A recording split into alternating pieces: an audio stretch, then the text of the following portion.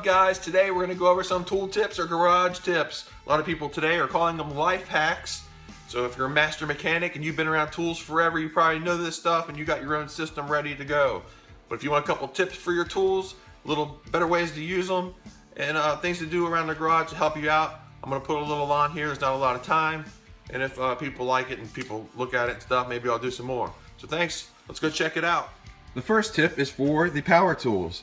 Now, a lot of power tools have the same battery if you stay in the same brand, but the different brands have different batteries. And as you go through different years, maybe you have a 2008 drill you really like and a 2015 impact drill that you just bought has a different battery than that. You can see the different batteries in the same brand here. So what we've done, many people don't realize that the actual charging stations themselves have hanging hardware on the back. So you can take each different one, hang it in a line on your garage wall, and say you have Craftsman here, that's a new one, or older Craftsman, even older Craftsman there. Maybe you have a DeWalt, you could put it in your chain. Maybe you have Husky, you can put it in your chain, you can keep going down, Black & Decker. What you do is you run all that power into one power strip, you plug it in, but you keep it turned off. And when you use it, turn it on, and they're all ready to go. Best thing about that is all these do the same battery, so I can do 3 at a time, and I'm always ready to go. I decided to put this on here because I showed somebody and they were astonished, and I thought everybody knew it, but this is a standard screwdriver.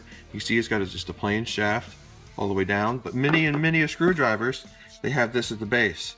And what that is for is if you have a very stubborn screw, you can apply great pressure with this hand into the object and then use a typical wrench to put on the base and do the actual turning with leverage. Another item I found that a lot of the general public doesn't know about is the manual impact screwdriver. If you have a screw that's extremely tight, has a lot of torque on it, you can't get it off, this will help you out. And an example of that would be like a rotor. If a car rotor has a screw in it, it gets really hot, and after time it can either loosen or tighten really tight in there. And what this does is when you hit or blow the back of it with a hammer, it slowly rotates the head while applying the force of the blow in to grip the screw. This is a must-have if you're a mechanic in your garage. There's many different attachments that you can add or take out. Alright, this one's one of my favorites here.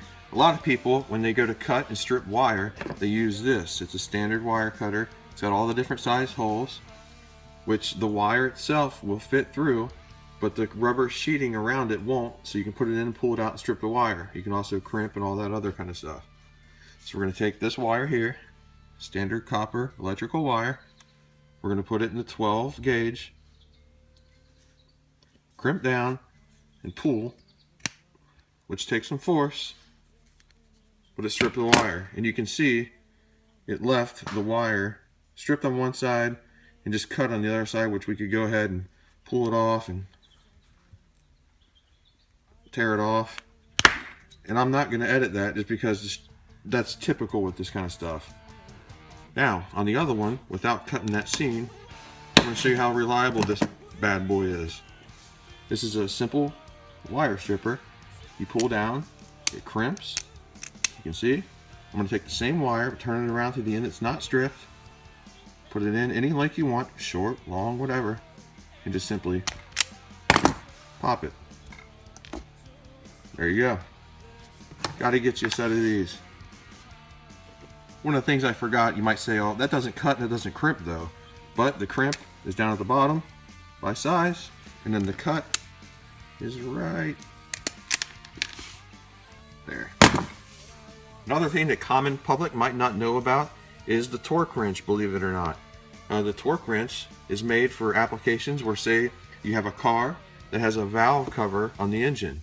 The valve cover has a seal, and it goes on top to seal the entire engine and all the oil into the engine.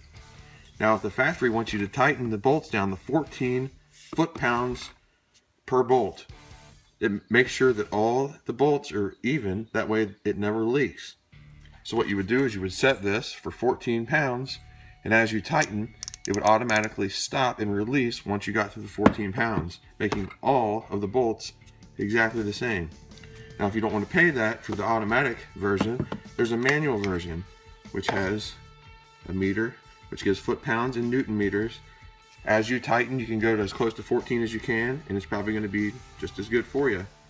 Whereas if you were using a common wrench to do something like that, you never know. You might have one at 25, one at 15, one at 5, and it's going to leak over time. So a torque wrench is worth its weight in gold. Another tip is to check out old closing stores like retail stores and things of that nature. I went into a closing Kmart and found this guy here, which spins around. You can put all different kinds of stuff and keep your garage very organized. And I think they gave me this thing for like $2. And I've got all kinds of stuff like this around here.